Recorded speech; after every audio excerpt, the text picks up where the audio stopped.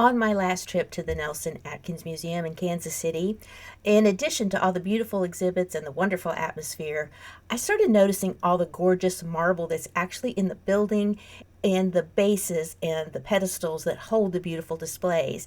And one particular kind of marble that caught my eye was this black and white and gold beautiful marble. Now, I have seen it called portoro, I've seen it called portor. I'm really not sure which is correct. So you do your own research on that, and in the comments, let me know what you find out. So this is just a really useful color of marble. Black is always a great accent piece to just about any room. And here is a picture of the finished column. I've got it sitting beside a chair, and it just helps make a really pretty vignette in that corner. And it's also useful. I use it for setting a cup of coffee beside a chair, putting a bust on top of it, holding a vase of flowers, or just something that's sitting there to hold a vase to just create a beautiful foundation for a setting. Now, we're going to go over the steps to create my version of this. I'll give you some references in the show notes to places to look for great books and different resources for getting materials, and even classes if you want to explore this further. As always, my videos tend to be very long because I don't want to leave any details out. I know some of you like to follow through and maybe even work along and paint as you go. Other people just like to hit the high notes, get an idea, and then go on with the project and make it their own. So you have the option to do it either way. I have included timestamps in the show notes, so you can click through this video and watch the parts that you're interested in, maybe go back and revisit something that wasn't clear, and just watch it the way it works for you. So let's get going. Okay, and here we have our painted portoro marble pedestals. These started out life as flea market displays. They were just white, painted white, just big chunks of white plaster. I got these from a lady who was closing her flea market booth. I paid $2.50 for the two of them, so I thought that was a really good deal. I brought them home, I sanded them, painted them with black satin interior latex, and that's how they've lived for the last couple of years. So if you don't just happen to have a couple of plaster pedestals sitting around your house, look for any hard surface, especially a smooth surface, even wood. Now you will have to do some extra sanding and priming to get the wood to fill all the grain and to make sure it's a very smooth surface to start with. But once you do that, you can put any marble finish on that you want, like a trinket box, um, just wood storage boxes if you have wood storage bins if you have them. You could put a marble finish on those, and it just makes them a little more interesting. Plus, I think marbling is so much fun to do. You can really lose yourself in the detailing if you choose to, and it's something you can set it down and pick it up and just just make it your own. So here is an example. This, I'll put it on this side to make sure it doesn't get out of the frame. So this was a thrift store vase. It was probably from the 90s based by the colors. It had some very vibrant big flowers that just aren't what we're generally looking for right now. And I bought it on the last day, the final markdown, when I think it was 75% off. I don't think I even paid $1 for it. I may have paid it was less than $1.25. I know that. And I just spray painted it with black matte paint. Now, that's something to note. I said satin paint on these. If you are going to use like interior satin, like you would paint your doors or your trim, that's what I used here. But if you spray a satin paint out of a spray can, you get a much shinier, much slicker surface. And so that's why when I choose a spray paint, I get matte for projects like this. The slickness of the sprayed satin, if I can say all this, sprayed satin, is very slick, and sometimes your artist paint has trouble sticking to it. Whereas if you use a matte, it's just rough enough that the artist color sticks to it beautifully and you don't have any problem. And then you can put whatever sheen top coat you want on it. So like this one, it was very dull and very matte, and then I just put a satin top coat on top of it, and you can see it has a very nice, I think, believable sheen. You can make it glossier if you wanted, or you could spray it with a matte top coat, whichever you prefer. So plaster busts, here's one here. They are always options. You don't want a really patterned marble like portoro, but you could do a Carrera. This is an option. Plaster columns that you buy at Michael's, or I find them on Marketplace all the time. Those are great options to practice your marbling. So it's just, I find it really relaxing. You can lose yourself in it. You can pick it up and stop whenever you have a minute. If you find just a little corner where you can tuck your project away, and you can just work on it till you feel like it's done to the level that you want it to be. All right. Okay, let's talk about materials. So we do this all with acrylic paints. You can use oil, but that's a whole nother video, and I just don't use oil anymore, except maybe if I'm doing a painting. Acrylic is just safer. It's just more manageable. So this is a stay wet palette. You do not have to have one of these, and this is not particular to this project. I will use this every day that I do acrylic painting. What it is, it's as simple as it can be. You just lay wet paper towel down in here, and you put a layer of wax paper over it.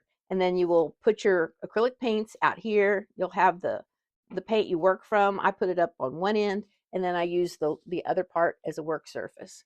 When that gets too mucky, too dirty, just lift it away, put another piece of wax paper, and you'll just keep adding water underneath the wax paper to make sure it stays wet.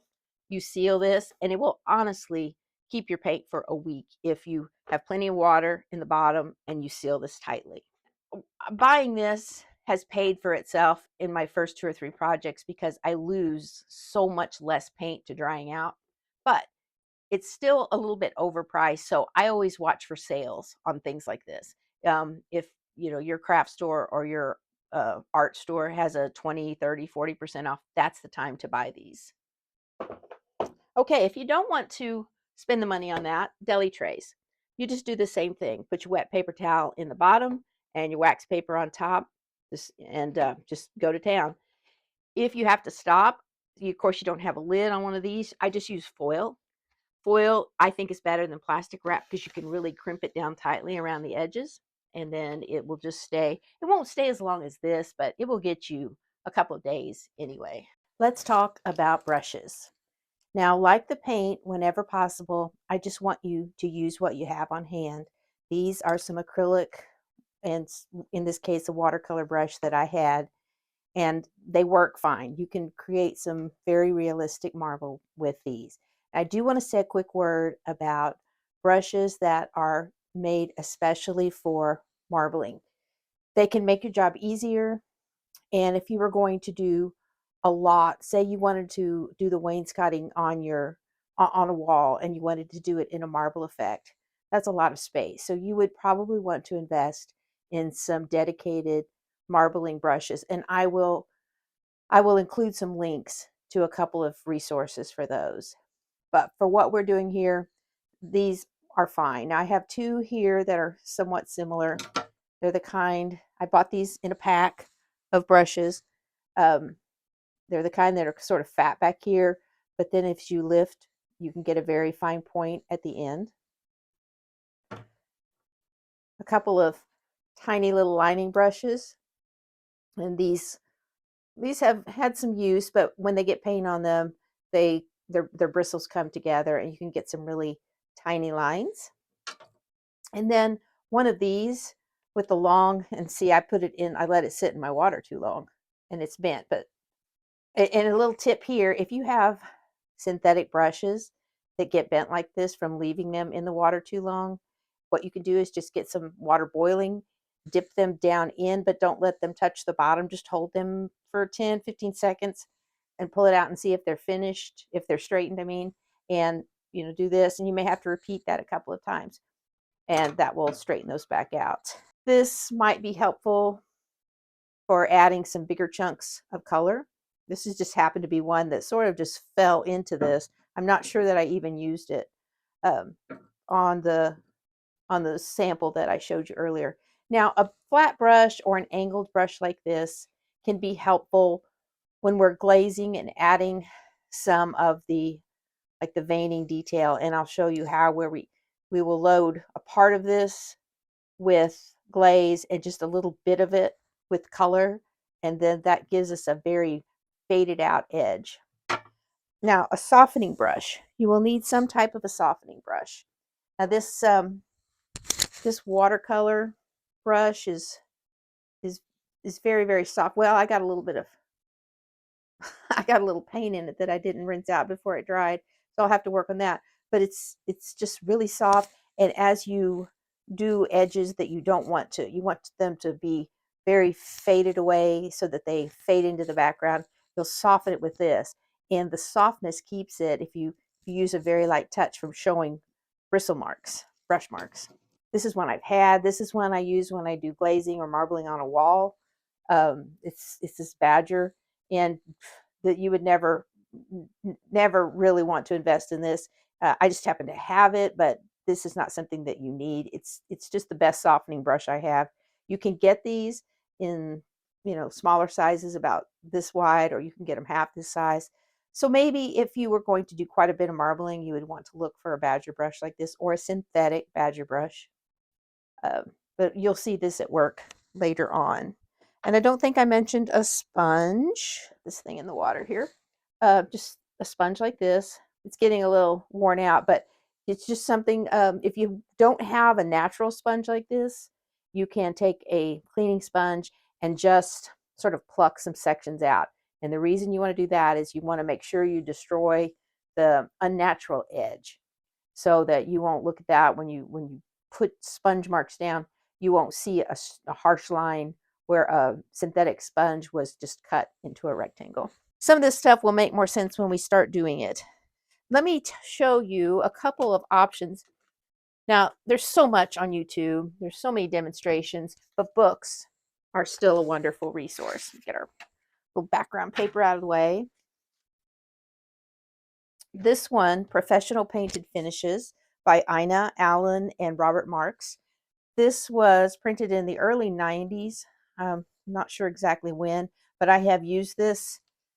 I can't tell you how many times I've used this. There's some travertino. And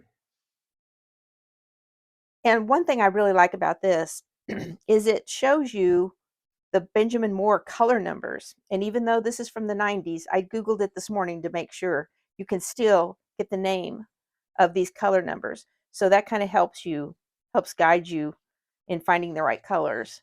But there's so many neat tricks in here. Here's some red Levanto marble.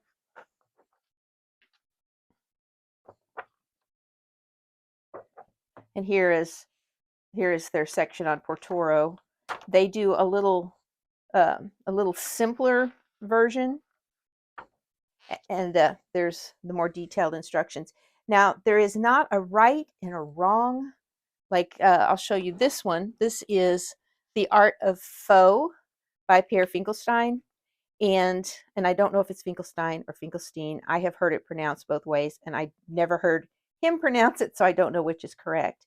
And this was also published in the early 90s. Look at this. Isn't this gorgeous? This is all wood graining and faux marble. But let's get back to this artist version of, should have had it marked. I thought it would fall right open. Am I making you dizzy?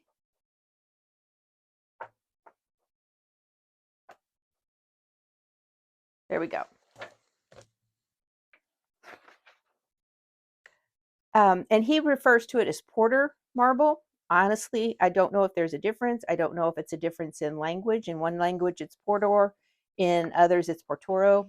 So this is his variation. And you'll see it's much more, it's much busier.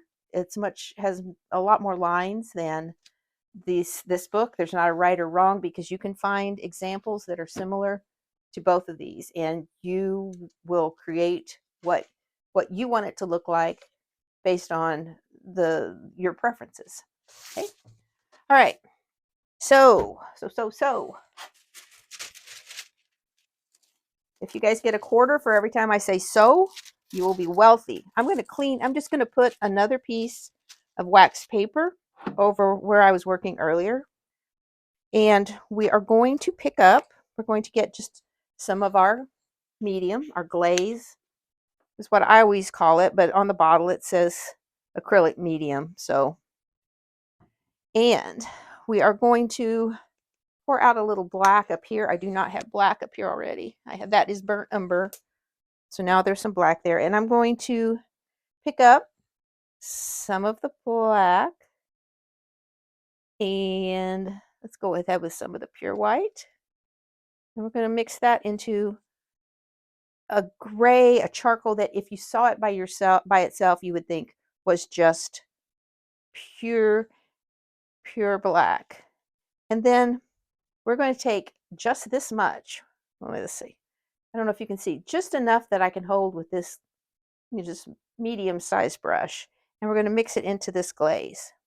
This is how dilute we want this to be. Now, the glaze, because it's acrylic, and acrylic is white when it's wet and nearly clear when it's dry, it's going to lighten this color, so it makes it easier to see where we're putting it, but it will dry darker than the color that we have right here. I'm going to pick up a little on my sponge and offload a little. Now, one thing I do want to stress, this is an optional step. I want to have a little background. As you have seen in the samples of portoro I showed you in the photos in the slideshow, you can have portoro that is pure black in the background. So between the veins, it's just black. If that is your preference, you will skip this step. If you want to build a little depth, you're going to add this. And if you are going with a very linear pattern, you know, in some of the slabs in the photos in the slideshow, some of the slabs, it just almost looks like there's just rows of veining where the layers of material had accumulated over thousands of years or more, I guess. If you want that, you'll put this sort of in a columnar shape. And I'm going to leave some black here and there.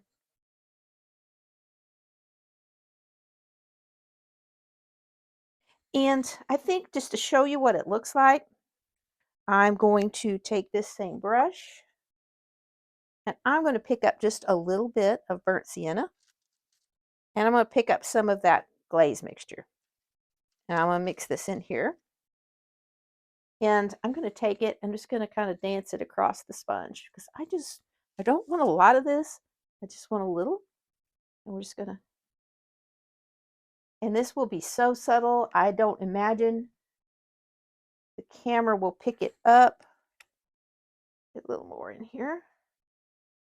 There, now you can probably see it.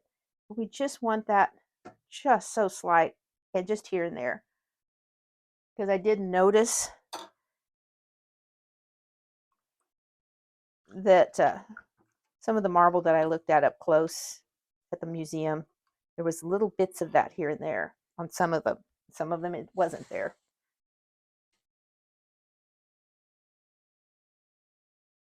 So then I've just cleaned the brush or the sponge, and I'm just going to go back.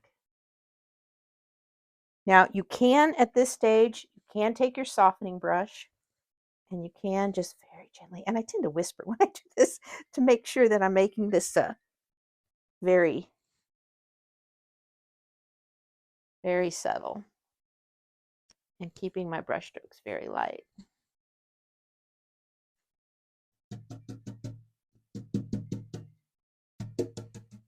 So I got a little strikes there because my phone rang and I looked at my watch and I was paying more attention to that than what I was doing.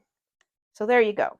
And I need to just leave it alone. That's all you're really doing with this layer. And we will just let this dry. I got a little moisture on it when I went back over it with the clean sponge. So it may take a little longer, but normally you can come back and work over this in about 45 minutes. This layer has dried, and as you see, as that glaze dried, it became more transparent, and the glaze that we put on darkened. So you just see these very subtle little bits, these little hints, and that's what we want, okay? Here is the sample that we're going to do, and I'll try to put a little more clear photo that you can see in the video, but it has some white clouding in the background. You can skip that if you want. Just remember, this is your design. You can do what you want. But I find that if we can put just a little bit of noise in the background, it just makes a more convincing product in the end. So here's what we're going to do here. I'm going to get this up here so you can see better. The acrylic medium, quite a bit. And we're going to pick up a little bit of this right here and a little bit of the titanium white. Maybe a little more of the titanium white. I need to pour out some more. Okay. And if you don't like mixing with your brushes, you're a good person. I tend to do that. It is kind of hard on them, and it forces paint up in the ferrule, but that's what I do. And I'm just going to drag in all this glaze. So we have a very low ratio of paint to glaze, making it transparent. Now we're going to do another quick layer that just takes a minute, but I feel like it's very important in the long run. So I'm not going to do this. Kind of looks like the Milky Way over here. I don't want to do that just because sometimes things that happen naturally, if you paint them, they look funny. They look like you did something wrong. So for this time, I'm going to just completely ignore that. Okay. So I'm just going to take some of this glaze. And we're just making clouds of glaze. And a little right here. And we can't forget our little piece of detail down here.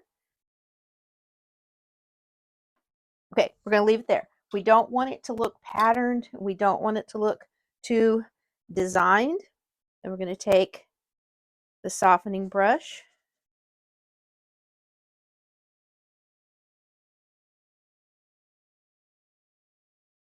And again, remember this will darken as it dries, because part of the whiteness of this right now is the acrylic glaze.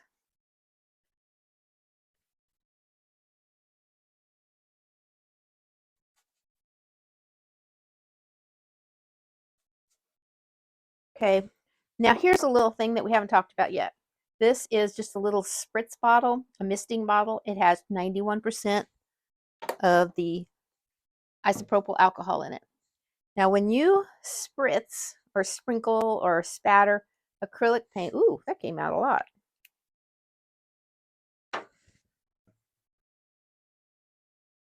When you spritz or spray or sprinkle, this was misting yesterday. Something is clogged up in it. But when you spritz alcohol on acrylic paint, especially while it's still wet and especially while it has glaze in it, it will do some interesting things that you couldn't do with the brush. You can take your finger in here. You just want to make sure you don't leave any fingerprints. I'm just going to let that kind of work its way there. Okay, these edges are a little harder than I wanted, and that's okay. I'm going to show you that we can fix it. You have to learn your glaze, and I just learned that this glaze dries much faster than the glaze that I generally use. Wasn't expecting it to dry. So I don't like these hard lines that I got, but this is just an opportunity to show you that you can fix anything. So I picked up some glaze and just a little bit of black. This up here. We're just mixing this glaze and this black together. And then here you can see how transparent it is. See, you can see the wax paper through. So it's very sheer. Now, it may seem like it didn't turn out the way I wanted it to at this point, but adding these layers of glaze can really add to the convincing effect of all these layers.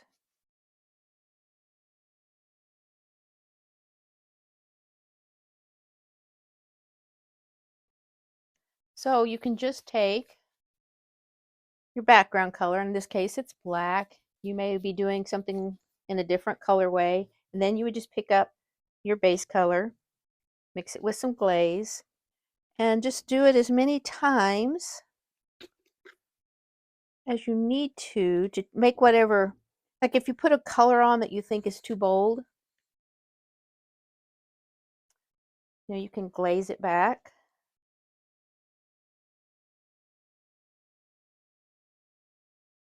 Because this is still going to peek through and you're still going to see it.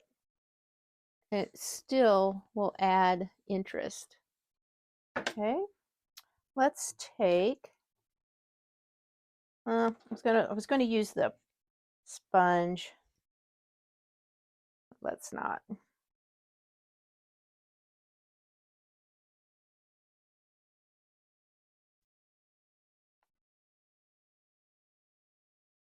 Now there comes a point with glaze where you get to the tack point, is what I've always called it. I guess different people call it different things, where it gets so sticky you can't work with it and you'll just make a mess if you try to. But we're going to try we're going to try at this point to come in with some more white, because I still want more of that white cloudiness. All right, so here's what we're going to try. Put out some glaze. All right, I'm going to pick this back up again. This is glaze. And we're going to take this good size angle brush. It's just a flat, one of my favorite brushes. Okay, we're going to go and we're going to dip it in the glaze up to about right there, right? And then we're going to pick up a little of this white glaze we used the first time. And we're gonna, if you've ever done like one stroke florals, you already know how to do this. It's sort of a loading your brush with two different colors. In this case, it's two different mediums. Okay. Now let's kind of follow the flow here. Now remember, this white that we see out here is glaze. It's not paint.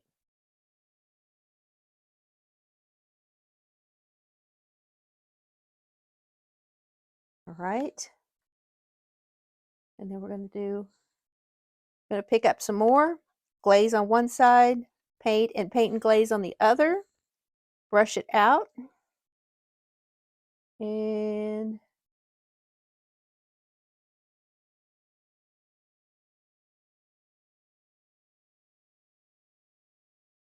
we're going to learn our lesson from the first try. Is this glaze dries rather quickly for glaze. So now we're going to take our softening brush. Now this is more what I wanted.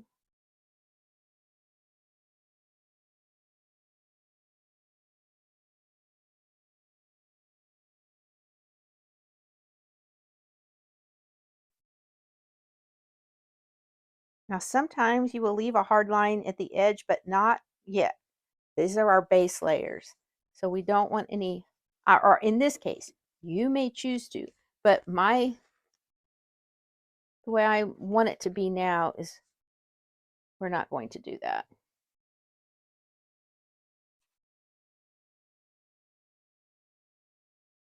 Okay, now you see how I'm pulling up?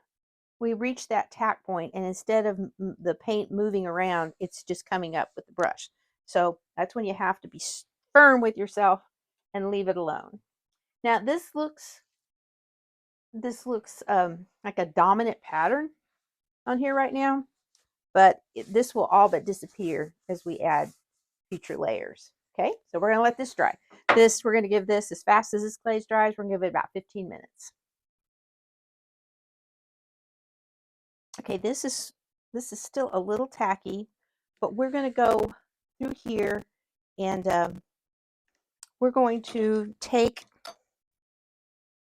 this angle brush, and we're going to put out some fresh unbleached titanium. I think the stickiness, I'm going to set this carefully down here.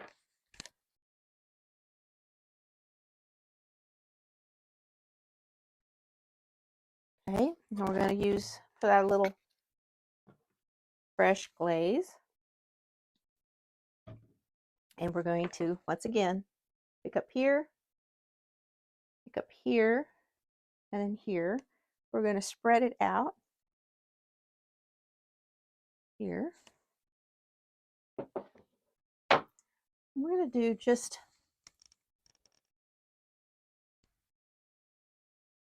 a little more defined, and that's not squiggly enough. These lines on portoro, they are squiggly, the little white ones. So we're just going to get some little bits of lines in here, and they'll go different directions. Use this, and then we're gonna, and I know it seems, you think, why do you even bother if you're going to make these things essentially disappear?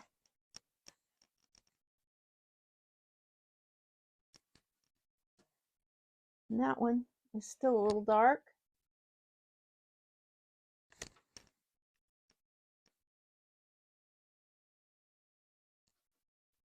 And you'll have little bits that come up like this, and those are fine, because those actually happen. Because remember, these veins don't just run along the surface of your marble, they run through it. So, all right, we're going to let everything sit for about 30 minutes, and then we're going to come back and we're going to do something a little more interesting. Okay? Okay, let's see if we can make some fun pattern here. Now, there's just a reminder. If you want your marble to be solid black behind all the veining, you will skip the steps that we've done up to now. You will just start with the black surface, and you'll start where we are now. And I am using my phone because if I print this out on my printer, I won't get quite as much definition. I wish I had sent this and had this printed off into a like an 8x12 photo, so I could just hold it in my hand for reference, but I didn't do that, so I'm going to keep it open on this phone. And I need to change. This goes to sleep too fast. I need to change that. All right. Now, I'm not going to looking to copy this completely. I just want to use this as sort of I like this, and like I said, we're not going to do that, what I call the Milky Way right here, but I kind of like this setup right here. I'll start over here and I'll kind of come down. Okay, I changed the timeout time on my phone. So we are going to start with some yellow ochre, a little bit of the Naples yellow, and I'll put this up here as I start. And if this gets, anytime your work surface gets too messy, so you can just lay another piece down. I folded this in half, so I can just tear away some, throw it away, and I have clean work surface. You can lay more over it. You can just, if it gets too bad and your paint starts to dry, you just pull it back and start new. There's a little glaze there. I don't want a lot of glaze in this because I want this to be fairly opaque. So I have used some yellow ochre, some of the unbleached titanium, and I'm going to pull some of this too much burnt umber. So we're going to go back in here.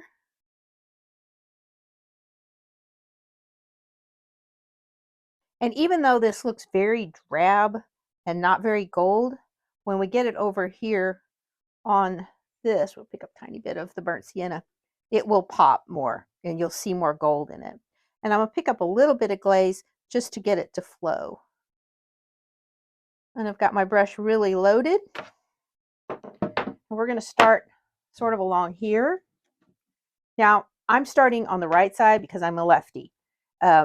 You know, if you are a normal person, if you're like most people and right-handed, you'll probably want to start at the left side so you're not working over wet paint. But you can really start anywhere. You know, you could always do this. Just kind of keep your arm braced above. So I'm just going to, if you need to make noises, I'm going to let that kind of dance around there and come down there. And you want to change color midstream sometimes too, because that's what the components of the marble do. I'm going to pick up just a little water here instead of glaze, maybe a tiny bit of glaze. Okay, I'll change color a little bit. Not because I didn't like the color up here, just because we want to make it look natural. Okay, then this just kind of, there's some little trails, I guess, that happen along here, and then it picks back up.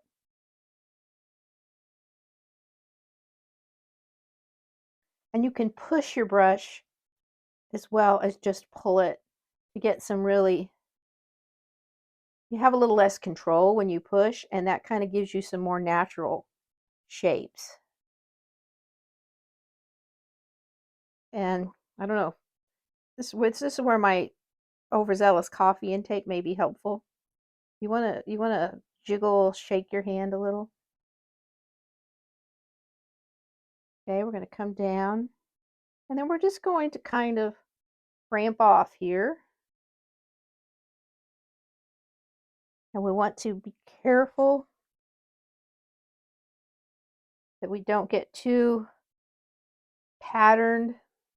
And then we're going to pick up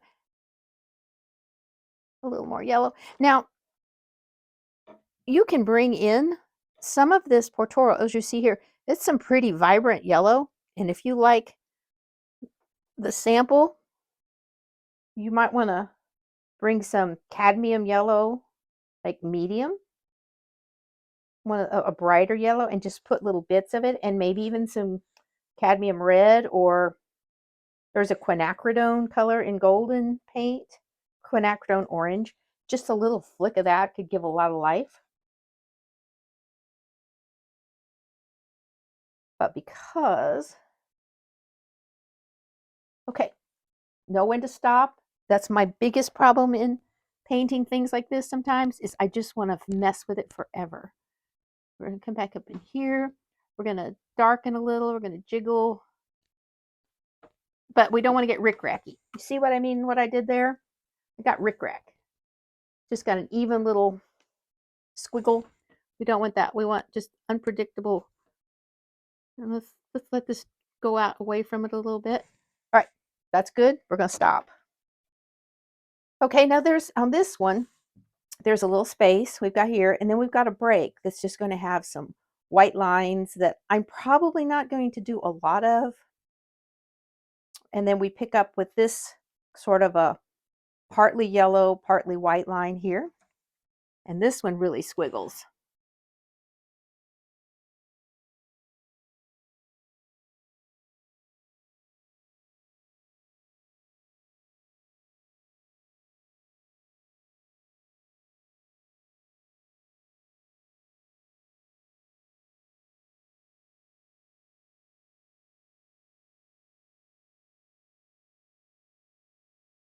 I don't try to copy it. I just try to let it, I find a look that I like, and I just try to see what is it that I like about it.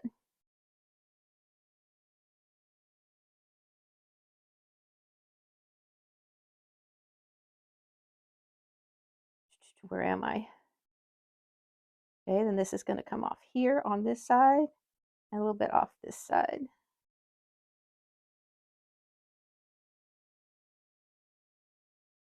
This is going to come around like this and back up. And we're going to stop here. We'll pick that up later. We're going to go ahead and pay attention and stay where we were. And you will see their color is much brighter than mine. That's my choice. You can use a more yellow. Here, let me get some yellow and some, so you can see. I can always go back over it. Okay, so I have put out some Indian yellow hue, and I didn't have any cadmium yellow. I do somewhere, but I didn't want to dig. So this is Hansa yellow medium. It's a little bright, but we'll tune it down. And this is one of my favorite colors, Quinacridone burnt orange. I love it for painting fall leaves. So we're just going to put these kind of out in the middle. These aren't the colors that I would choose for mine, but let me show you that you can make this brighter than it is. So we're picking up some of the Hansa and a little of the Indian yellow hue. And we're going to start back up here where we were.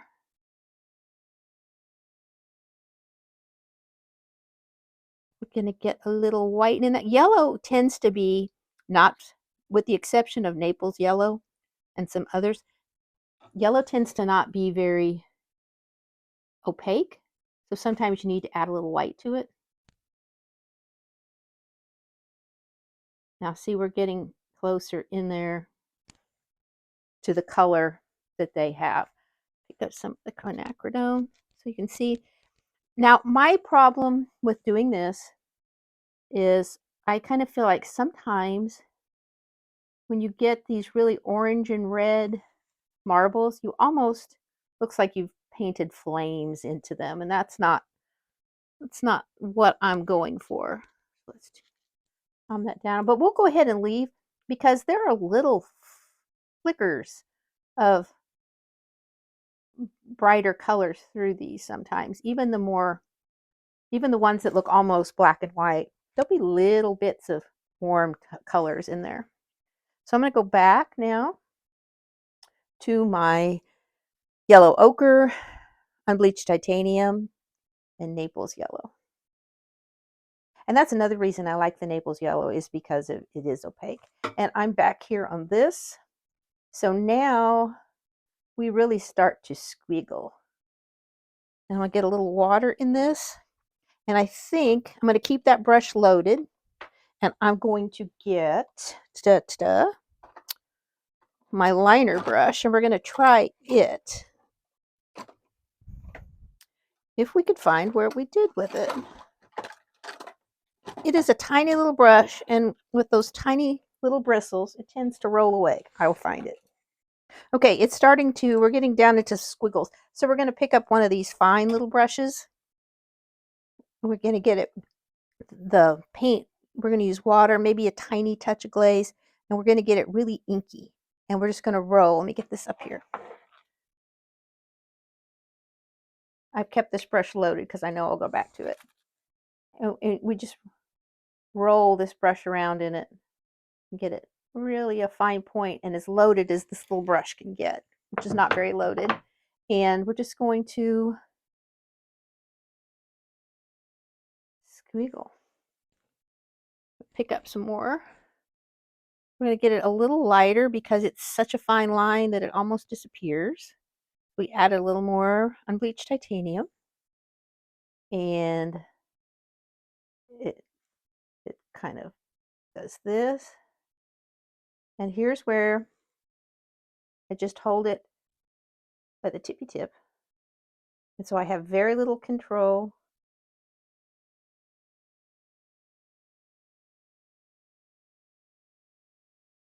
And I'm now going to come down here and so that I can pull it, because pulling can help you control that fine line a little more, pulling away from you.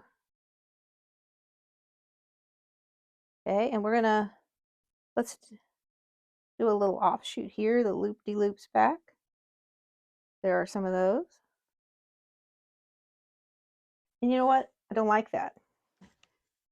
Say it with me. It's just paint. So we can wipe away things we don't like. And we're not even worried if it leaves a little shadow, because that's what marble does. So let's get this kind of wet so it'll jingle jangle around.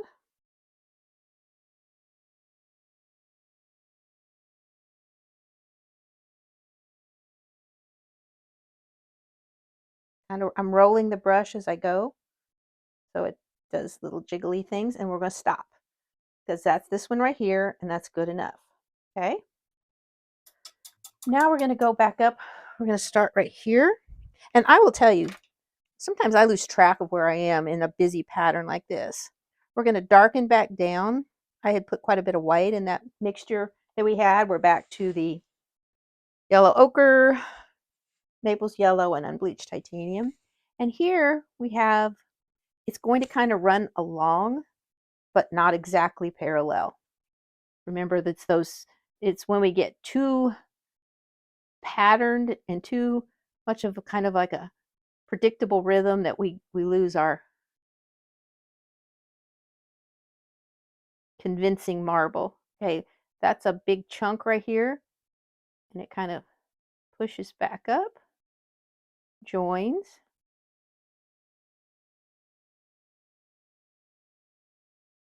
You see, that's a big chunk of color here, and then it kind of just comes down like this, and it looped back. I've got another kind of big chunk here. There's a little flick here. Now, if you've been doing this for a while, you won't just sit here and follow. You'll know what you want it to look like, even if it doesn't look exactly like a specific example of marble. You know what you want it to look like, and you might have a picture just to keep you on track, but you won't sit there and follow it. We're just getting you comfortable with this. So I'm not exactly following it. I'm just trying to do things that are marble-esque, marbly, marblicious. Okay, so we're going to do that right there. We've got a little loop right there. And yes, they are side by side, but they're a little different. And you kind of want, generally, sometimes, a lot of times, you want to round these little things off, because the sediment in the center has been weathered and rolled around by the time it gets there. So it's a little bit smooth. The edges aren't quite as rough. We're going to get up here and get some more light. And we're going to, I've lost track of where I am. Okay, that's our big chunk. We came down here. We looped into that one, and now we've circled off here. And we will come back and add some more flicks of color. And we're going to get that a little bit wet. We're going to roll. Anytime you want a point on a brush that has a point, you will roll it in your paint.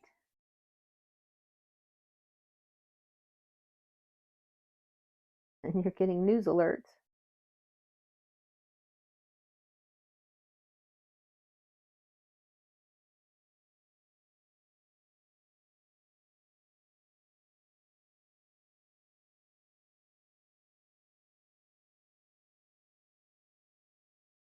Okay, now I've messed up here. We're going to, the little news alert got me sidetracked. We're going to take this off. I'm just want to show you that you can do this. You are the master of this universe.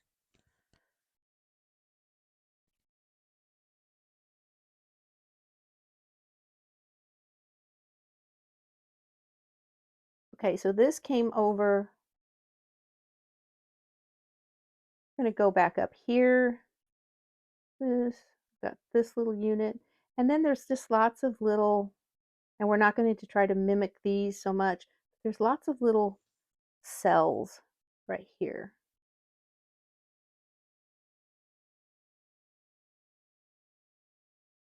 There's lots of little closed cells right here.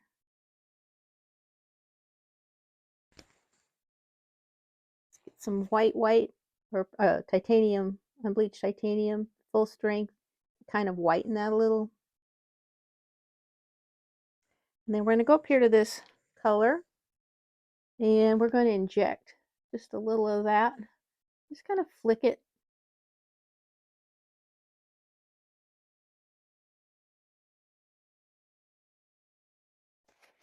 And you can just lay, if it gets too heavy, you can lay a piece of paper towel in it and pull some of it up. I felt like we got a little chunky there. We're going to pick up some the Quinacridone and the Indian yellow, and we're just going to kind of go along the edge of this.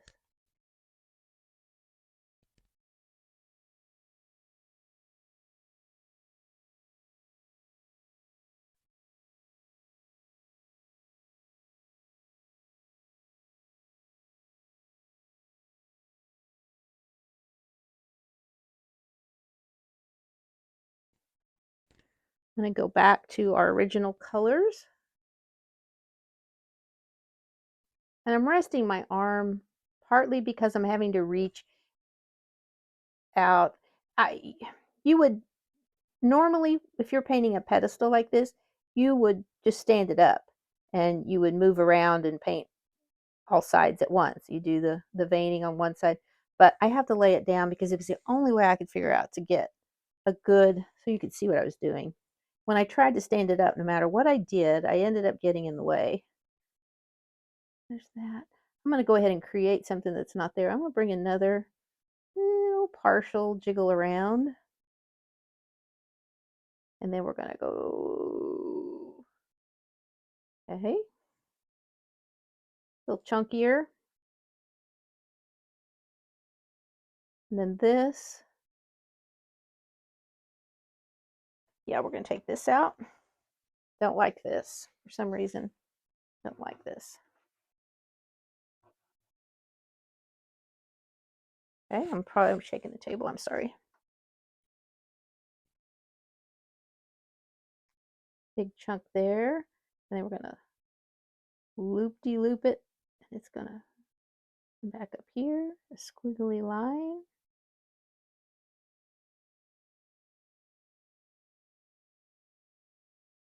Now, just going to kind of go with it. But I am going to finish one column before I take off on, see how this one goes back up? Because it's really easy just to completely lose where you are. And that's okay.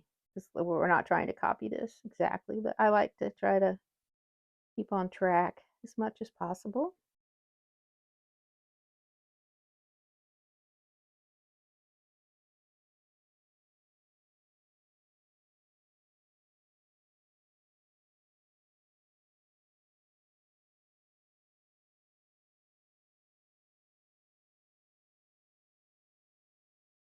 Very fine. And I'm going to pause this just a second because my little tiny liner brush has rolled away somewhere and we really need it. So I'm going to pause, find it. But I was standing on it. I have a nice plushy little rug under my feet, so you don't feel it when you're standing on something like that. And now we're going to get down in here in some of these finer weeds, and you see how you can take this thing and make some interesting little squiggles, even though it's the super fine.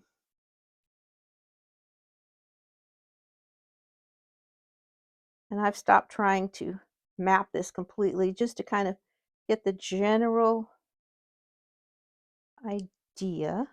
You make little cells of different sizes as you come down here. and they take off in different directions. Yeah, that's too straight.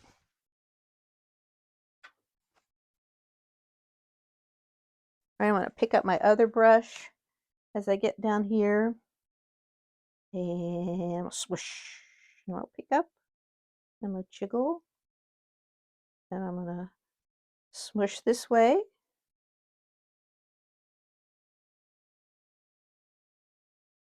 and I'm gonna smush and push that. We're going to right off the side, and we're going to make a little cell here. And that got a little heavy right there, which is fine. Just take a little off. And I cleaned this so it's nice and soft again. It's slightly damp. Let's see how it goes. And we're going to soften some of these.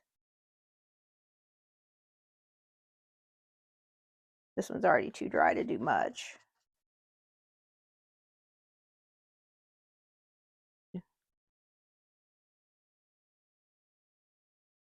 You don't have to soften these, but I like to do some of them because some of them, and you, okay, in if you're doing some kinds of marble, they're very, very directional.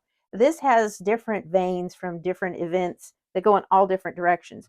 So you can kind of just almost do this with portoro. Okay. Now we're going to take this and we're going to do some little, we're going to pick the edges back up a little. We'll make a little cell there. And however many of these little cells you want to do is up to you. Just make sure you step back every now and then and make sure you're not doing like a pattern where you're not coming up with a set way you do this and it just looks like you keep repeating the same thing over, because it's very easy to do. I do it all the time and I forget to stand back for a minute and look at what I've got, and then I think, looks like a checkerboard or something. Okay, I am going to do something to show you here. So when I blended this, it got blended a little more than I wanted. So I'm going to take a little black, little unbleached titanium, a little more black, and I'm just going to kind of waffle in there. And I'm going to create a couple of little cells in there. As you can see, there are places where you have chunks that big, but I don't think I want it right here. Break everything up, nothing. See, that looks like a diamond. I don't think we would have a diamond. There. Okay. Now, this is negative painting, where you'll take a chunk of color that's been painted in, and then you'll take the background color. And that can be very effective. Okay, stop.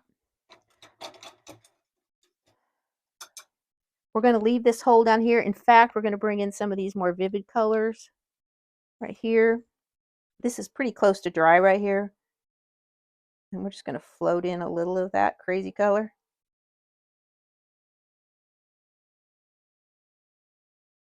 A little here. Because this is just, these veins are just sediment of different minerals, different materials. The water ran in through cracks. The water had different kinds of sediment in it, and it deposited it. Water left, pressure compacted these and made veins. And a lot of these, if you do a little, if you see some where you can really get up close to it and look at it, and sometimes you'll see the sediment looks like little bits of sand of different colors that are in there. That's pretty vivid. I'm going to leave that right now, and I'll probably come back before we're all finished and kind of tone that down just a little. That's a little much for me. for the setting that it's going in. Not that I don't think this color for marble is beautiful, but you have to think, or I think you do. I like to think about the space where it's going. Okay. Talking instead of paying attention to what I'm doing. And there is no, what I'm doing right now is no set rule. You can just see I'm saying, one little color here. Let's keep a dirty brush, but just wipe off the excess, and let's go back into this original color. The more drab, beige gold color.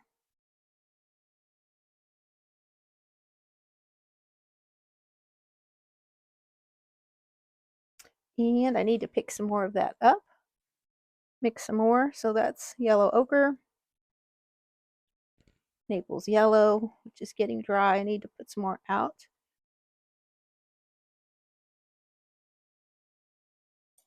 Unbleached titanium. Add a little water. Tiny bit of glaze. And mix it and roll my brush. You can tell I'm doing almost all of it just with this brush, because it's if you can lift it and make a very fine point, or you can smush it down and get a really wide chunk. Now, I want to make sure that I don't just exactly follow. I want to go sort of along the way of this one, but I don't want to mimic it exactly. I want to make it like parallel roads.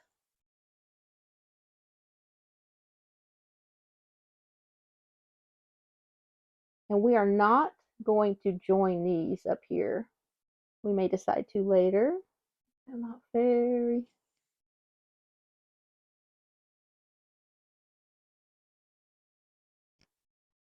See how tiny you can get these lines? Just barely let the brush touch. Okay, and now this is going to chunky chunk.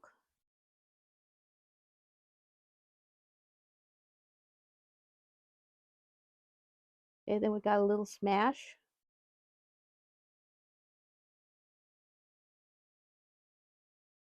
Okay, that comes off here with a tiny little line. Kind of wiggles here. And then this one comes into some white. I'm going to put a little white so you can see the difference of what I say using that off-white when the sample is probably white.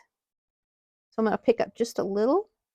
I'll mix it down here, just off to the side of my big puddle of the neutral, more toned down yellow.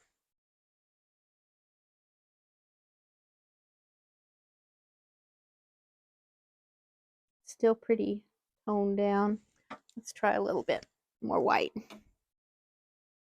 Now even this, even though I dipped into the pure titanium white, I still kind of passed it through the other color. So see how that's lightened and brightened up? But it's still not pure white. I honestly avoid using pure white. Even when I'm doing a painting, I use very little pure white. And that way, when you need to do a highlight or something, you can put little flecks of white and it really makes an impact. I like these white veins. I don't like to use pure white.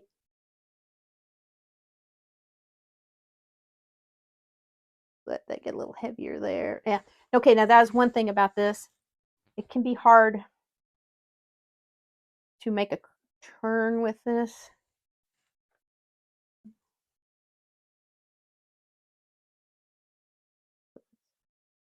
There we go.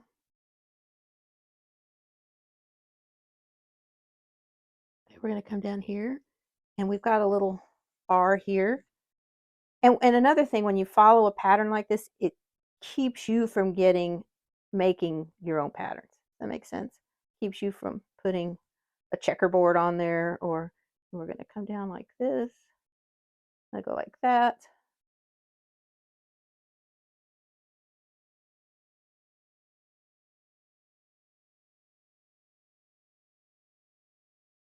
You might want to wear gloves when you do this. You can see my hands are pretty paint covered. And this black acrylic paint is very hard to get out of your cuticles. Not possible, but okay, I want to keep this. Where are we at? Okay.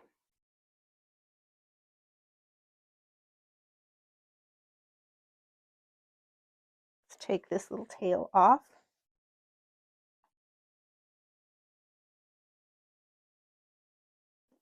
Okay, now we're kind of going rogue here.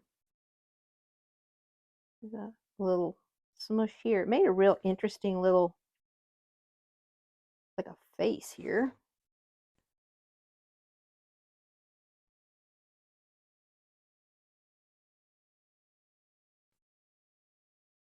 Okay, and then off of this little, we're going to come down here. We're going to leave a big open place here. And if you've done just the pure black background, this will be a real dramatic little place here. You'll have all this black right here, and we're going to, okay.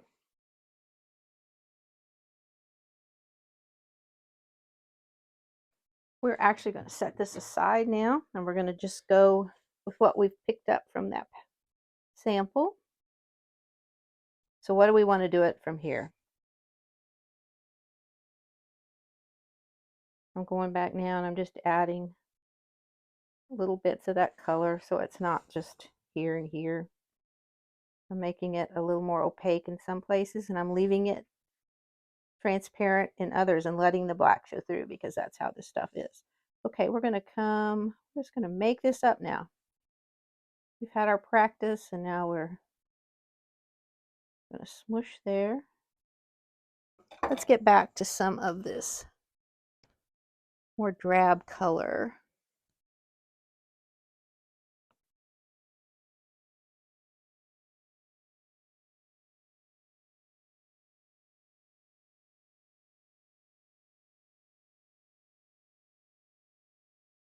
We're going to take one big swoosh that's going to go way off the side.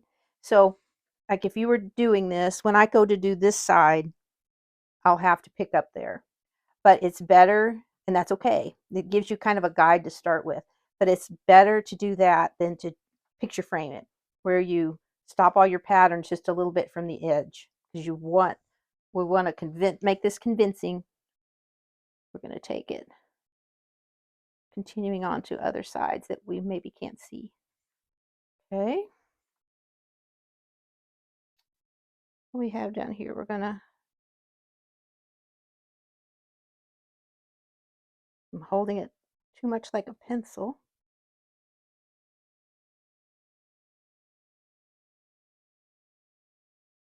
I'm going to curl this down, but we're not going to quite connect them.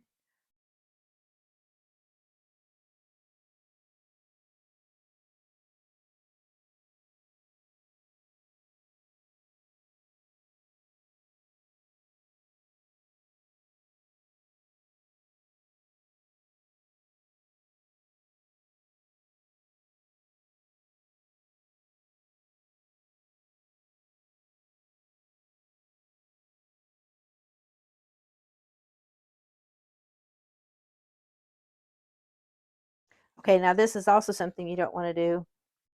I almost have a straight line of heavy pattern right there. So, do you see how that looks stripy? I'm going to just take away a little of this.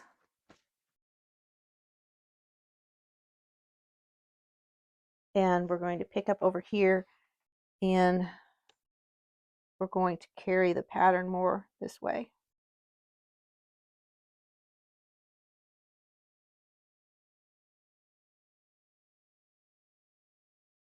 So it's not going off there all the way down. It keeps it more airy, the pattern more open, if that is the right way to put it. Okay, so we mostly have our general pattern. I'm going to come back over here, and I'm going to bring some of that brighter color. I'm going to flick it in.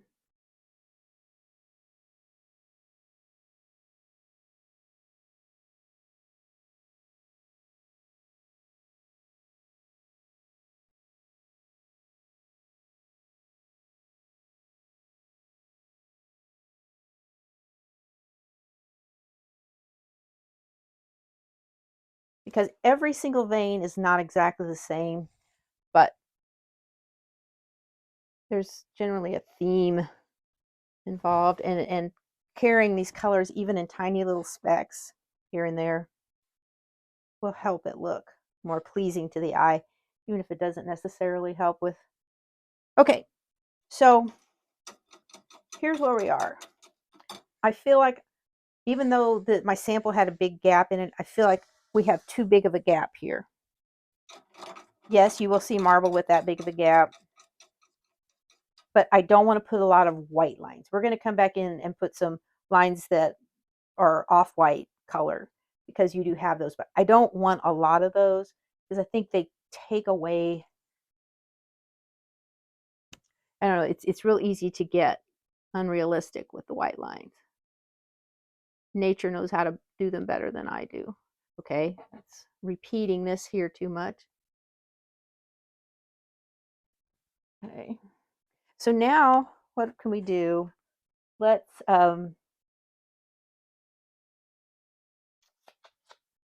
go ahead and take off of this just a little bit, and we're going to create our own extra little thread. Okay, we're going to do this one by, we don't want to line up our bulk, our bigger pieces, shapes.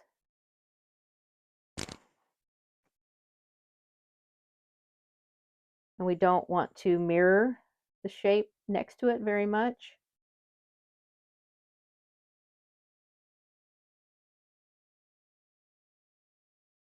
Let's go ahead and not join these, but go ahead and get that direction with this.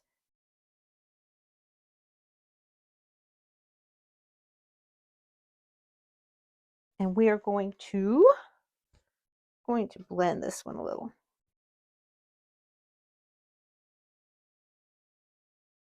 But not all of that big piece, and not all of this, because I waited too long to blend that one. That's okay.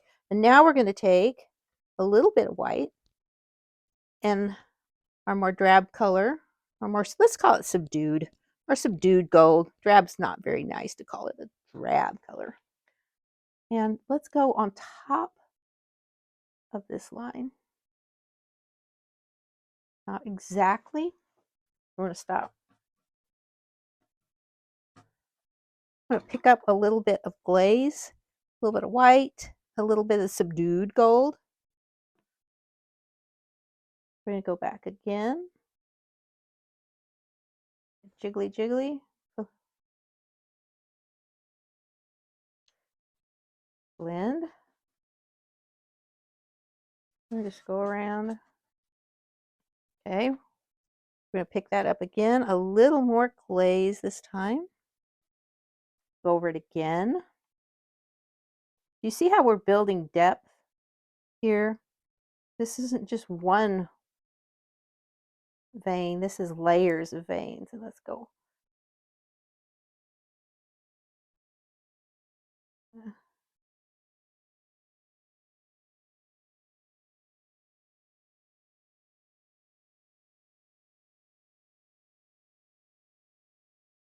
And stop it every now and then, like it's the lost edge.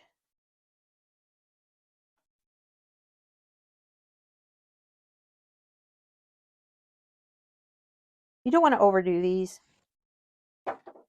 but they do mimic some of what we see in there. Okay, now we're going to make this one a little whiter, and I'm not going to put glaze in this one because we don't want to thin it down. This is going to be a more forward crack. So we've got our vein.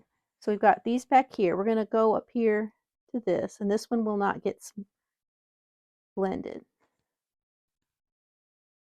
I'm picking more white, but we still don't want pure white. Or I don't. You might decide that you like it. Be pure white.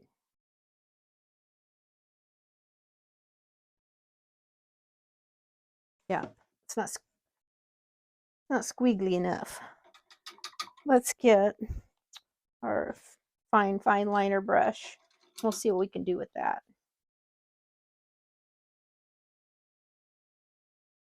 Roll it in the paint so you get a fine point. And that's it doesn't make contact with the surface everywhere, and that's okay. And this little brush stroke tail here, we're going to get rid of that with some black paint.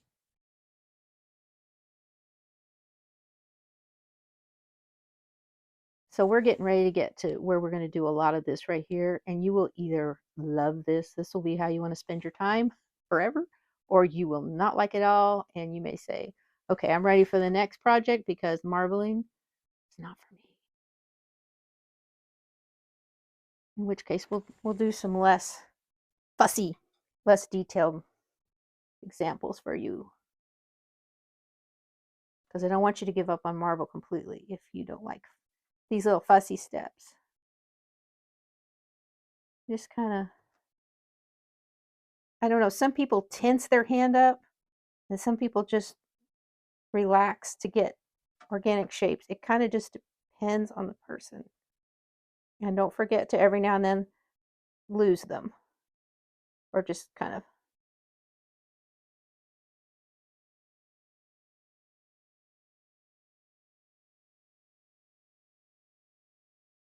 And as you get it closer or farther away from your body, you may have to change whether you're pulling from the bottom or pulling from the top.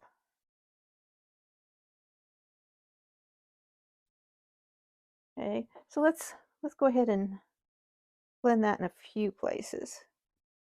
A few. We're going to leave that. Okay, now we have our big chunks of color in. We have made some darks, some lighter. I'm sorry, am I making you silly there?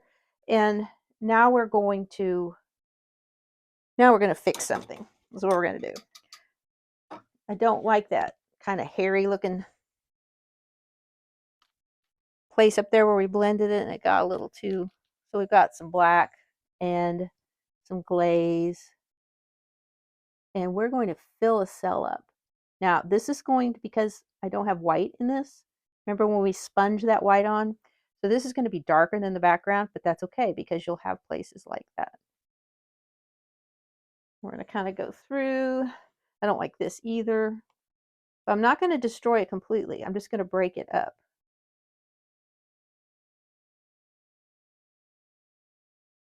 And that's kind of a hard edge right there. We're going to just put some squiggles along it.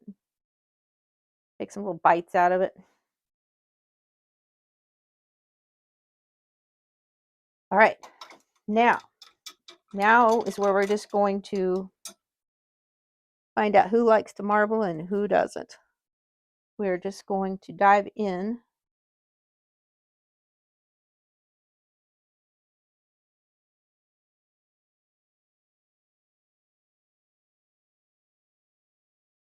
Okay, now see how this has a lot of that shadow? Part of me says I don't like it, but part of me knows that that's how the marble really looks in places. It has shadows of color.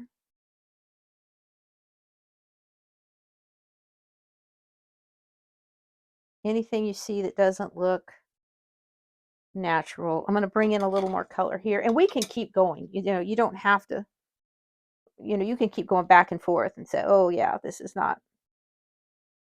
Bring in some more of the subdued color here, a little of it here.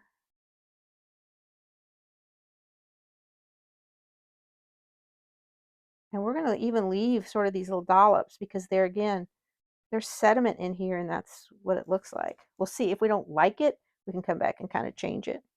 Take a little less brush on our paint. Okay. I had just too much water in my brush. Okay.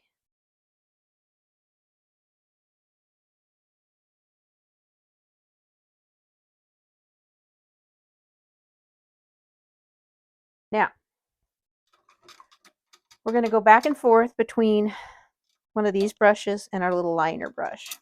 And we're just going to vein. We're going to vein, and we're going to vein until you get tired of it. Either you'll say, that's enough veins, or you'll say, I can't take it anymore. Choice is yours. Let's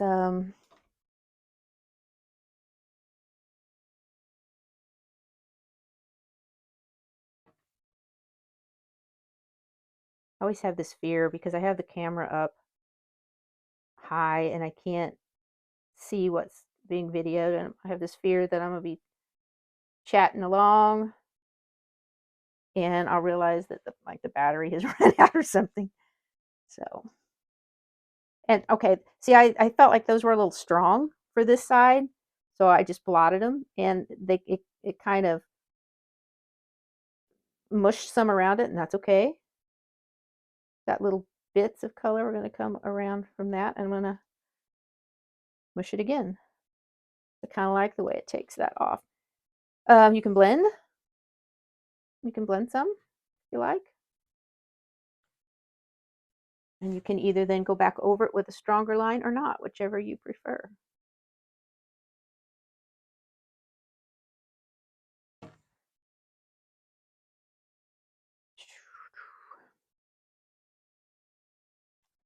Now there are some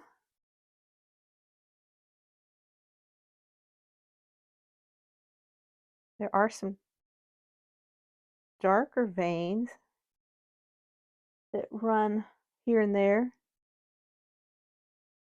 I hate to bring a lot of gray in from a decorating point of view with how it's going to go with my room, because I do think about that, where maybe I should just think of it from a pure artistic perspective, but we've talked about it. If we haven't talked about it yet, we will. I see the room as the canvas, and how I feel it is my form of art. So, yes, I tend to match my artwork to the decor in my house, because that's what makes me feel calmer. I like all kinds of art. I like bright, vivid art, but I don't necessarily like it in my house. Just simply because,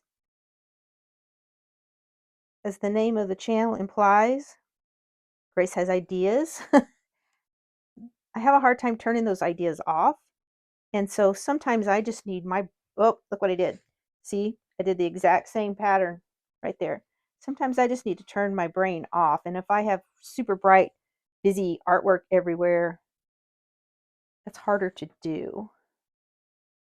Now, these little gray veins don't really have anything. They're background. They're not up here with these veins here. So I'm not really following along with them. They're just sort of back there. And we're going to do something crazy here in a minute. And so some of these will completely be lost. They pick up, they drop off. And how many you want is your decision. If you want to blend some, soften them, you can.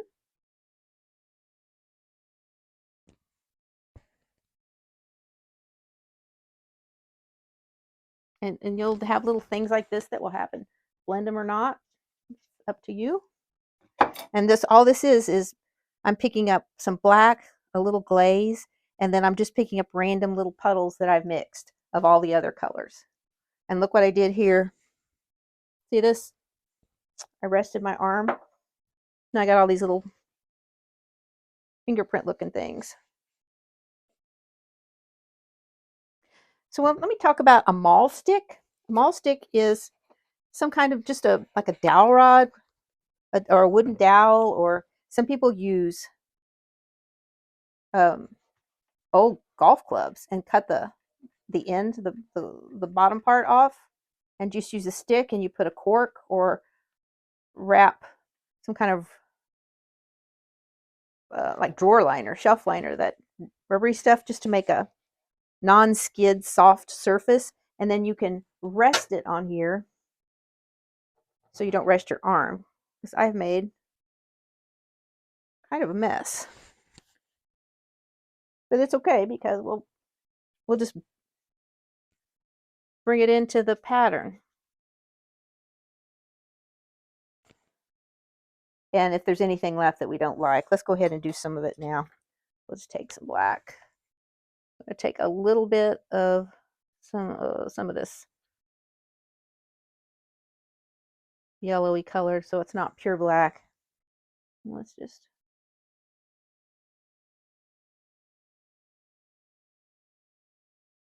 I'm going to tell you, it is really hard for me to talk and do this at the same time. I may be better doing it than doing voiceover.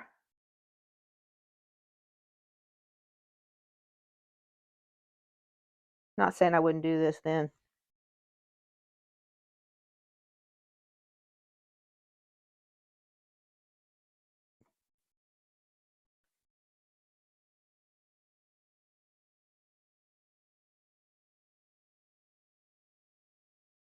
I'm redesigning as I go.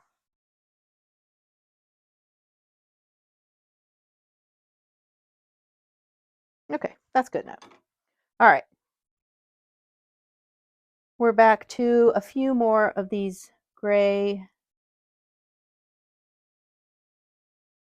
background veins.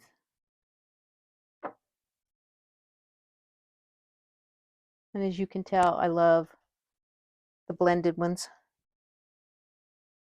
And then I like to come back on top of some of them and put a sharper. Maybe even with a little bit more white here and there. Just a little.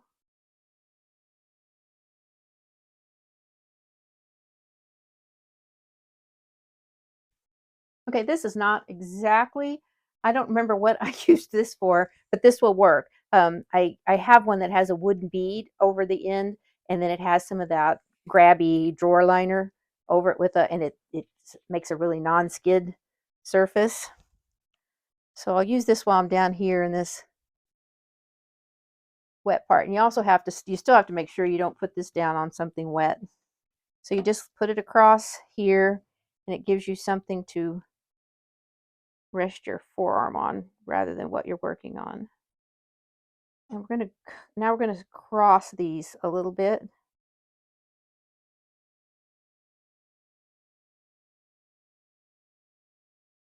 And I'm going to blend that one.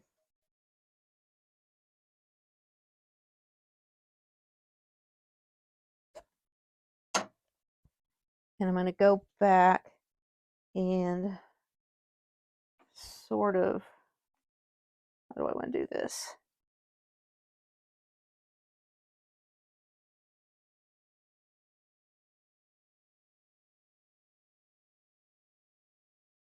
And that's really bright. I think I dug into some of that highlighted color I made to show you how you can. Okay, we're gonna blend, blend, blend. Okay, let's get back into the more subdued color. And we're going to run it along here. Boy, that is still really bright. Let me tone that down a little bit.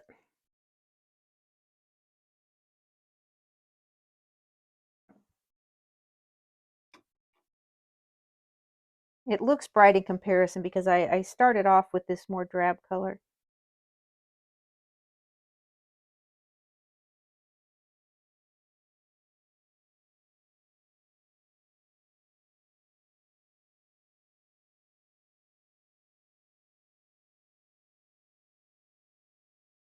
Okay. Let's go up here. Let's go ahead and join this.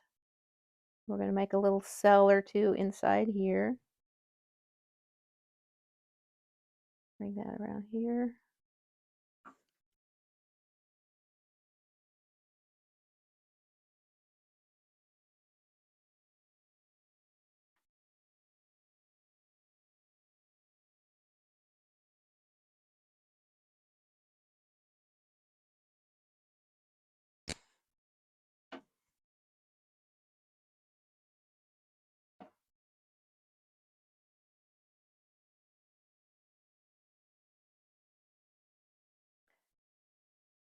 Okay, now see, this was a more transparent, and I plopped down some more opaque paint right there. And so I'm going to kind of pop in some more opaque bits right there, because that would really catch your eye, that contrast of transparent and opaque paint right there together.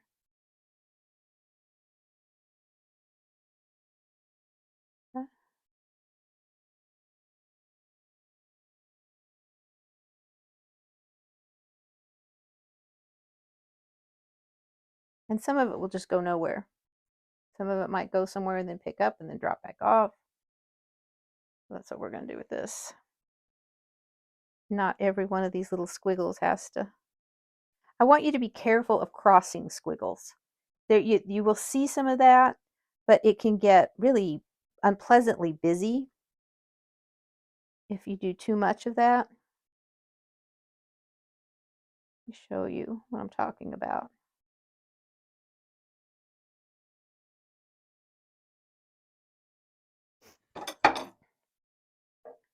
Okay, say for instance, if we take this right here, we decide we're going to go this way with it, and we cross that, that's okay. But if you do a lot of that, you at least want to make sure it's like this, where you have a more intense color on a more transparent or darker color underneath.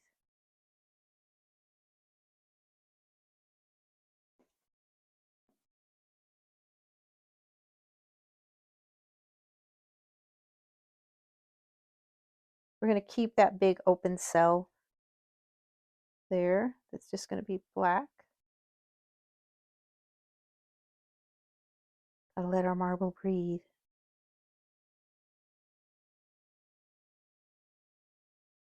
I'm going to go around. Let's take this off to the other side. We're going to commit ourselves to some pattern there.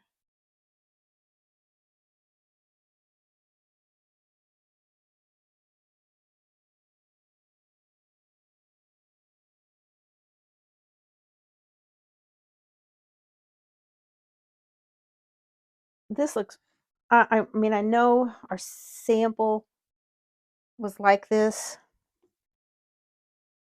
but this looks a little too empty. We're going to put some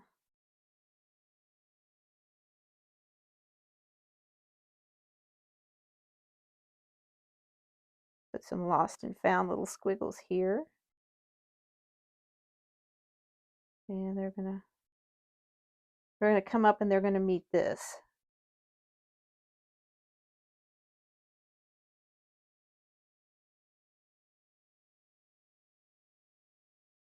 Like that. And then we're going to make a little cell here.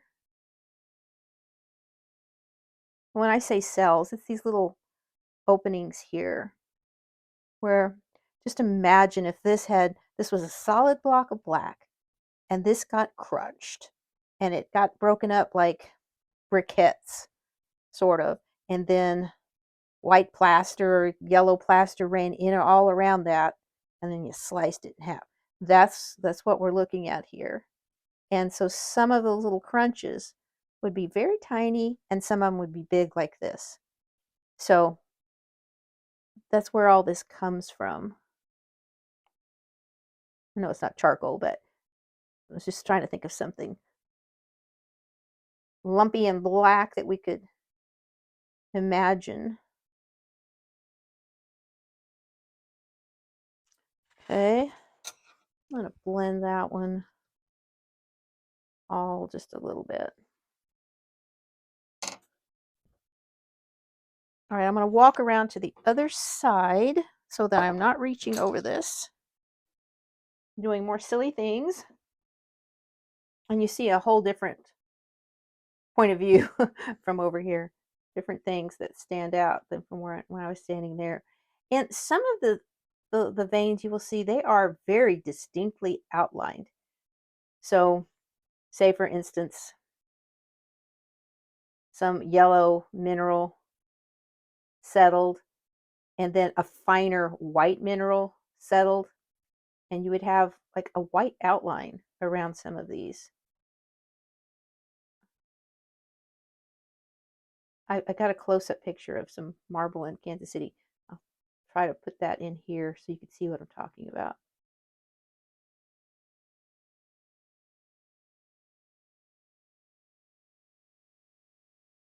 So you're left then deciding, do I want to do that?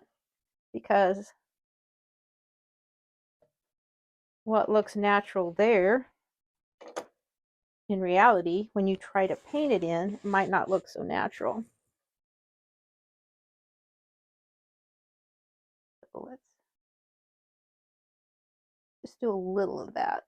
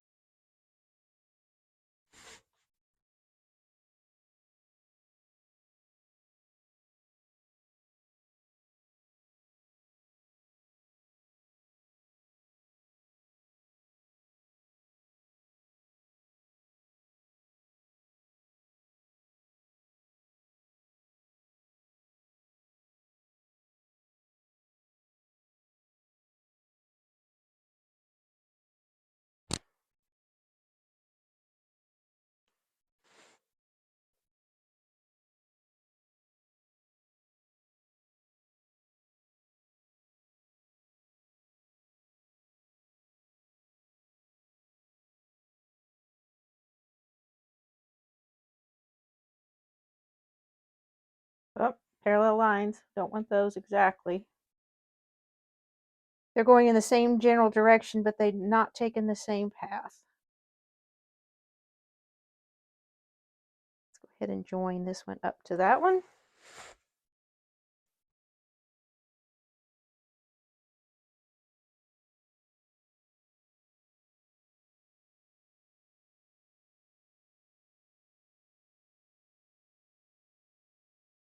And then you'll look at places like this. It's really tempting to join these. But you need to leave because there are naturally some things that happen like this. And now I'm looking at this right here. That's a little regular shaped, if you know what I mean. It's just like a repeat of sort of the same things. We mess that up. Can't have that. Let's take this out here. We're not going to undo anything exactly. We're just going to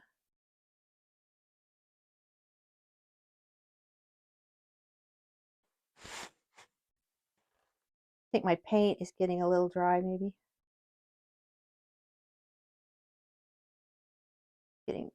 Starting to get sticky. Okay.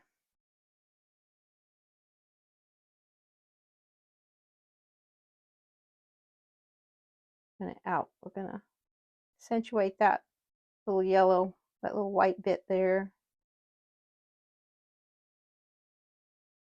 It just stands out too much. So we're gonna dial it back just a little. Okay. We're gonna put a tiny little line on top of this batter line.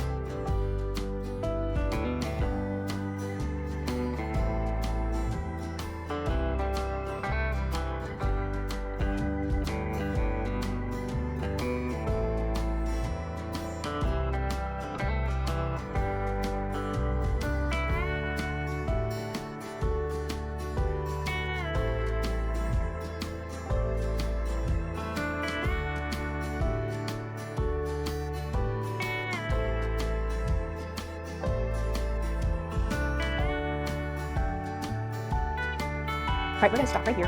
We're going to let this dry, and then you may be appalled to see that we're going to put a layer of black glaze over the whole thing. And then we're going to go back with our colors that we used this time, and we're going to go back over some parts of it again, and that's going to add a little more depth. So some of these gray, when I said some of these gray veins will be lost completely, some of them will be pushed back a little bit more, and then we can add more, and we'll see what we have then. We may be ready to put the final coat on then, or we may want to place more. I think this is a little choppy. I'm going to do a couple of things to that, even though I said we were going to stop and let it dry. See how my brush is wet. We want it. It's okay to have fragments of color, but these were too brush stroke shaped.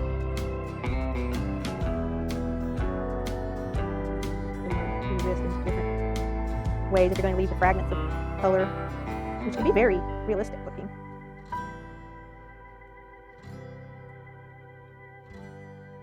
And so everything that's really intense right now is going to be much more subdued after we put that black glaze over it. And then we can decide if we want to sort of like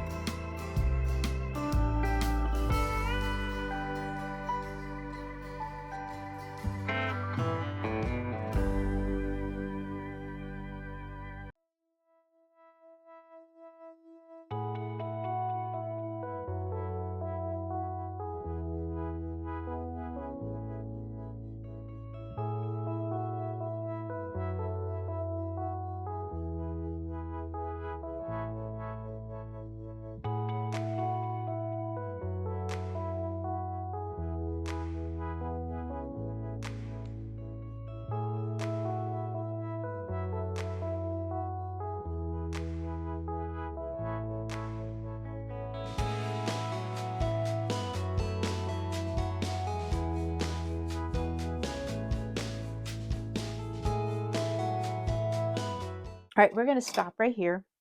We're going to let this dry, and then you may be appalled to see that we're going to put a layer of black glaze over the whole thing.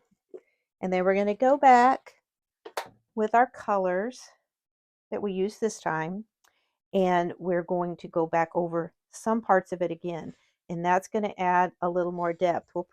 So some of these gray, that's when I said some of these gray veins will be lost completely. Some of them will be pushed back a little bit more, and then we can add more, and we'll see what we have then. We may be ready to put the final coat on then, or we may want to place some more. I think this is a little choppy. I'm going to do a couple of things to that, even though I said we were going to stop and let it dry. See how I have paint, my brush is wet. We want it, it's okay to have fragments of color, but these were too brush stroke shaped.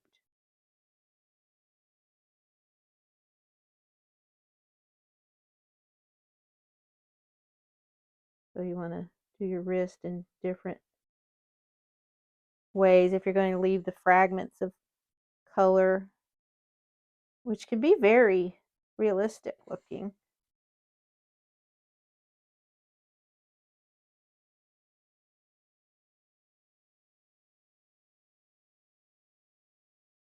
And so everything that's really intense right now is going to be much more subdued after we put that black glaze over it. And then we can decide if we want to, sort of like putting highlights on. We can decide after we put that glaze on if we want to come back and punch up some of this color.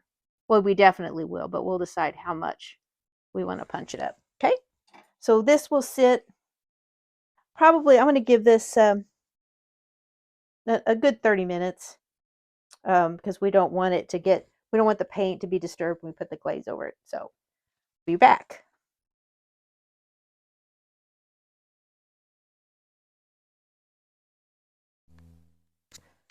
This is going to be a really quick little step here. We're going to pick, I have glaze in this container. I picked up some black paint. And I think we're going to get a little more of each, because I'm going to put a lid on this and save this for the other sides. A little more black in there. And you can use any color here. If you wanted to end up with a more brown finish, you could use burnt umber. And that's generally, I use burnt umber a lot as a glaze, but we're going to stick with the black here. See how this looks. Okay. We are just going to cover this whole thing with black glaze. And you're just going, no! Why are you doing that? Because this is one of the things that gives you depth. You are going to paint. We have this, and then we're going to put the glaze on top of it, and then we're going to paint when when the glaze dries, we'll paint on top of that.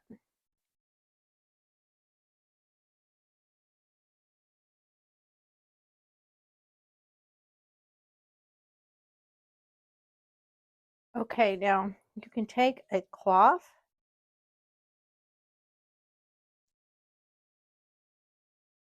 and remove some of this. You can take a paper towel. You want something that's lint free. This isn't exactly lint free.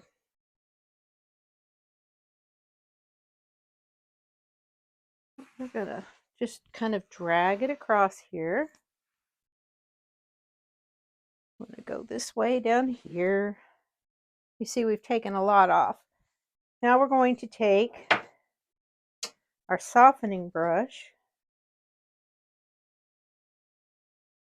We're going to go in the opposite direction we just wiped. We want to get rid of any brush marks.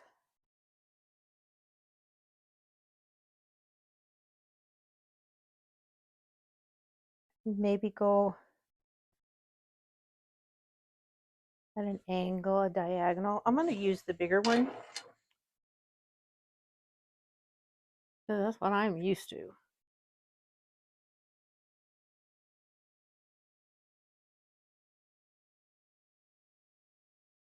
Now, do you see how that has toned that down?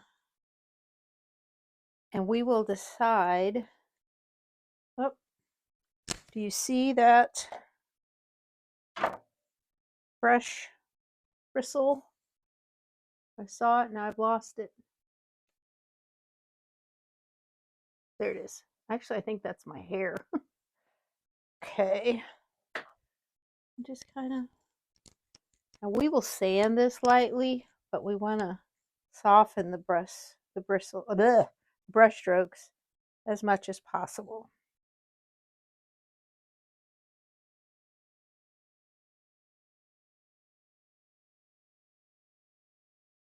This is all dry. I have given it a light sanding, again with the fine 320 400 sandpaper, just to get any little debris off. I'm going to wipe it down just a little bit. And if you put just a little denatured alcohol on a cloth or paper towel, just a little, because you don't want to upset the paint. Like I have had some dust settle on this just quickly, and it will dry very fast, where if you wipe this down with water, you'd have to wait to be sure that it was dry. I think we need a glaze on this. So I have about a full tablespoon of glaze, a little more. I am going to take a little bit of the black, the carbon black. Ivory black works just fine as well in the liquid acrylic. You can see that's just about 5 drops, I guess. Doesn't take very much because we don't want to cover up our pattern. We just want to give it that glazed layer. Mix it up and then just scumble it over. And you can decide at this point if you think, I'm going to put 1 more drop of the black paint in there. 2 very small drops. Stir it up.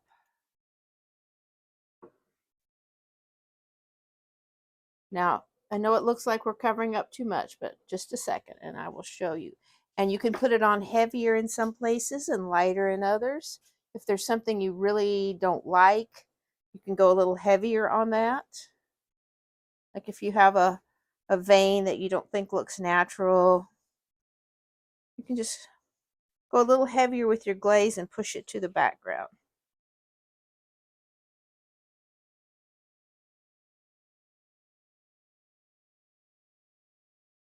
So you can see how quickly this goes. Now, when we did the first glaze, we just left it all on there and smoothed it out with our blending brush to get rid of the brush strokes. We're going to do something a little different this time. We have our sponge. It's damp. It's a little too damp. Let me squeeze it out some more. In fact, I'm going to take a dry paper towel.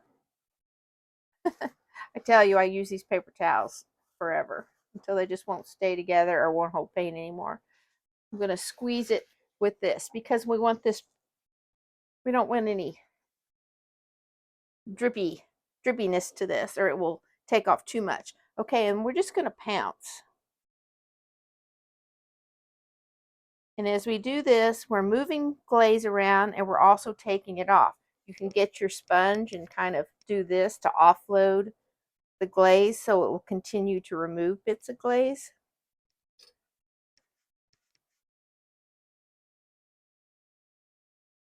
Just dance it around, make sure you, and right now it looks like you've got little air bubbles, but those from the pouncing, but those will level out. But I want you to see what's happening here. You see how you're getting the appearance of like granulation here? Like this was, there was some sand in this that settled in and hardened over the years. And I just think it gives it a more natural appearance. Okay, now let's take a clean side and here and there we'll take a lot more off. And there you can see how much difference in tone that glaze is making this. Just here and there. If you wanted to, no, I left my laundry room door open. My laundry room is right next to this room. You get to hear my laundry. And I'm looking for a clean brush. So we're going to take this. And if you want to, you can take a clean, dry brush and you can just sort of here and there make some more veins through. You see how you're creating that pattern through the glaze? And this is totally optional. It's just one more thing that can make interesting layers. And it would be hard to make this pattern if you just tried to paint these pale streaks on. And I don't want to overdo it. So I'm going to go here and do one. I'm kind of picking up where like there's a vein right here and it cuts across and goes over the other side. Just continuing that by removing some glaze. Some I run along the pattern of the glaze, some I run against it. And I'm going to stop because I don't want to overdo it. Now we're going to let this dry. Again, 20-30 minutes depending on, and I'm going to look across it with the light coming from the other side. I'm going to make sure that I have all the brush marks out, and we're going to let this dry. And then we'll look at it again, and then we will put a top coat on. I see a little fuzz there. Oh, all right. Okay, this appears to be dry, and I think we're ready to put our top coat on. There are lots of options for water-based top coats, and just because I don't show your favorite doesn't mean it's not a perfectly feasible option. This is just what I prefer, what I have on hand, that kind of thing. So one of my favorites is Modern Masters Masterclear. This one does have a UV protective element to it. So if your project sits by a window, it adds it a little extra fortification against those UV rays coming through your windows. Now, it's not suitable for outdoors. This is strictly an interior protective coat. Excuse me. My allergies have hit full force this week. Some other options are some sprays. We've got this matte clear, and this is a water-based finish. Another one, this is an enamel. I spilled some on there. I need to get that up. That is also a matte clear. These come in satin and they come in gloss. What I happen to have is matte. Now, these sprays, these are what I will use on the vase when I finish it, because it's just much easier to get a good even coat on something three-dimensional like that when you're using a spray. Spray lacquer is also an option, and the great thing about that is it dries so quickly. I'm going to get this cleaned up. The can wasn't closed all the way.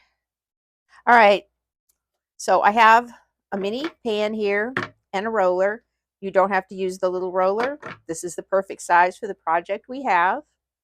You don't have to use the mini tray either. But I keep those around because a lot of what I do are decorative items, and you don't need a great big full-size roller. And this is a Wiz Cabinet and Door and More. It's sort of a flocked foam, and you pre-wet this. So when this was new, I just ran it under the faucet a little bit, dried it off with a washcloth to squeeze out any excess. You don't want to like dunk it and soak it. It doesn't have to be, you don't want it to be drenched. You just want it to be slightly damp, and you get more even pickup and more even lay down of material. You don't want to shake your top coats. You want to stir them gently, and I've already done that.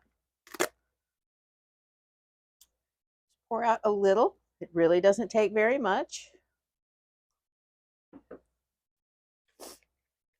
And you want to spend a minute really getting your roller covered evenly. Turn it around so you get one side doesn't get more loaded up than others.